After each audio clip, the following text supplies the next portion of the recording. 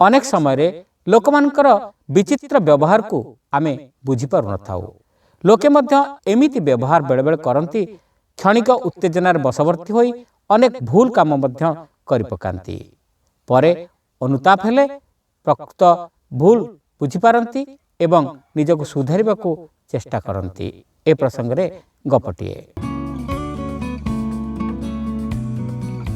थरे जणे गुरु और चेला दूर स्थान को जाउथिले।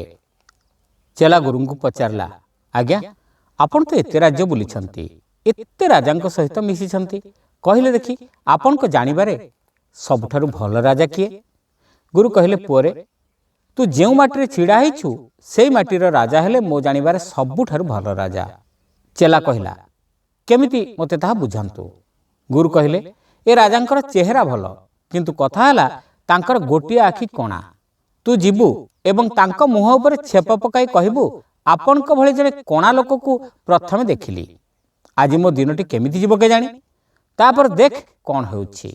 चेला कहिला, गुरुदेव राजा मोर प्राण नहीं जिवे।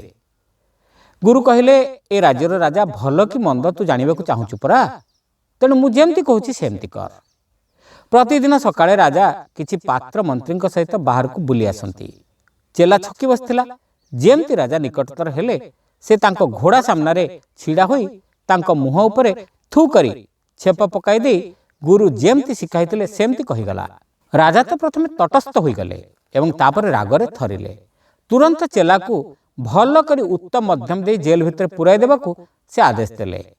चेला घोषरा होई गला बेले सुनिला राजा कहउचंती, आकु फांसी रे झुलाओ। जेल भितर चेला एणे मृत्यु को अपेक्षा करी पड़ी रहिला। मन मन से भाग्य को निंदु थाए। किछि दिन परे तार काल कोठरीर द्वार खोलिला। से देखिला स्वयं राजा छिड़ा होइछंती। ताकू स्तंभीभूत करी राजा तार हाथ धरी क्षमा मागिले और कहिले, क्षणिक रागरे मु केते बड़ भूल न कली। मु जाहा तुमे तो सेया कहिल, तेबे मु रागिली काहेकि? मु तुमको रागिबा पछरे मोर अहमिका थिला। तुमे एबे मुक्त, पारिब तो मते क्षमा कर। चेला गुरुंक पाखक फेरिला एवं गुरु कहिले, एबे बुझिलु तो?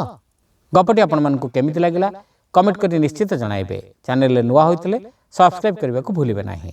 रहिलु, नमस्कार।